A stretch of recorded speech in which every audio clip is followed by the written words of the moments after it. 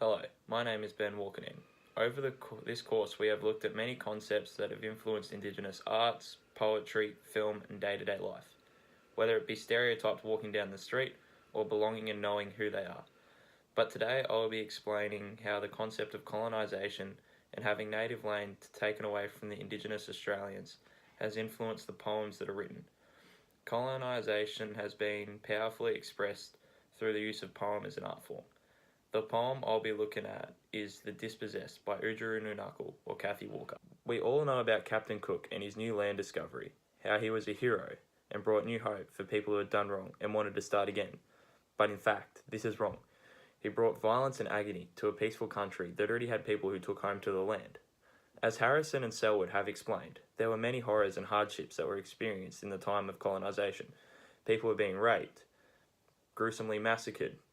The people endured mass starvation, loss of traditional land, and as a result, loss of their native culture, and the introduction of harmful diseases that the Indigenous peoples could not fight off.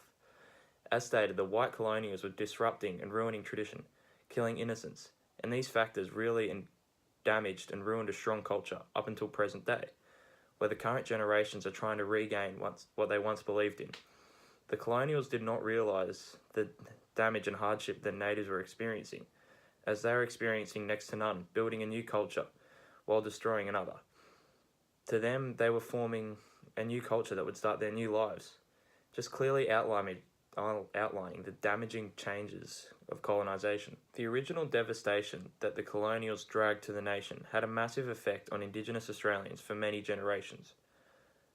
And this is identified and expressed by The Dispossessed, a poem by Oodgeroo Noonuccal, about the tragedy and torment that the traditional landowners had suffered when white men came to town, using poem as an art form to illustrate the pain that her people have been subjected to for generations.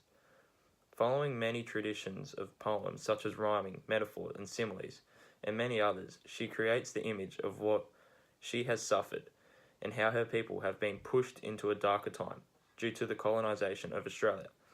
Oodgeroo has showed how the native people have been trying for so long to keep their land-based living intact, but struggled due to the fact that the white settlers have established a new culture and taken the land. The opening lines of the poem, "Peace was yours, Australian men, with tribal laws you made, till white colonials stole your peace with rape, murder and raid," paints the image immediately, illustrating the tone of the poem, using strong language and creating a terrible image of what happened, illuminating that people were killed and raped just so the colonials could have land, ripping the native Indigenous population of their indigeneity. This is powerful, as straight away we have an image of what is to come and how colonisation has torn apart the lives. This line is followed by a strong metaphor, and only a remnant now remains, and the heart dies in you. The metaphor of the heart dies in you creates the mood of how Indigenous people have felt ever since the colonials came. Although they have not all died, their loss of land has made it feel like their hearts and homeland have been stripped away from them, and they have lost a great amount of who they are, pulling them from culture and native way of life.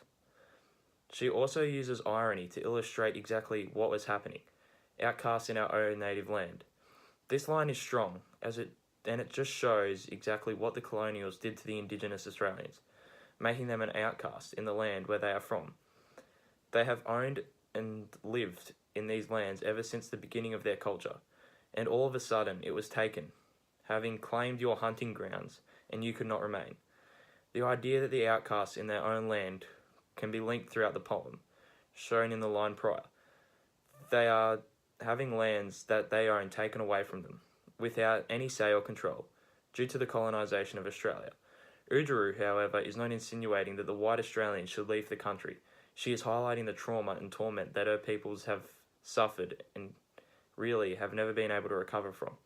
Clearly, the colonisation of Australia has been a tough on the Indigenous and stripped them from their native connection to their homeland.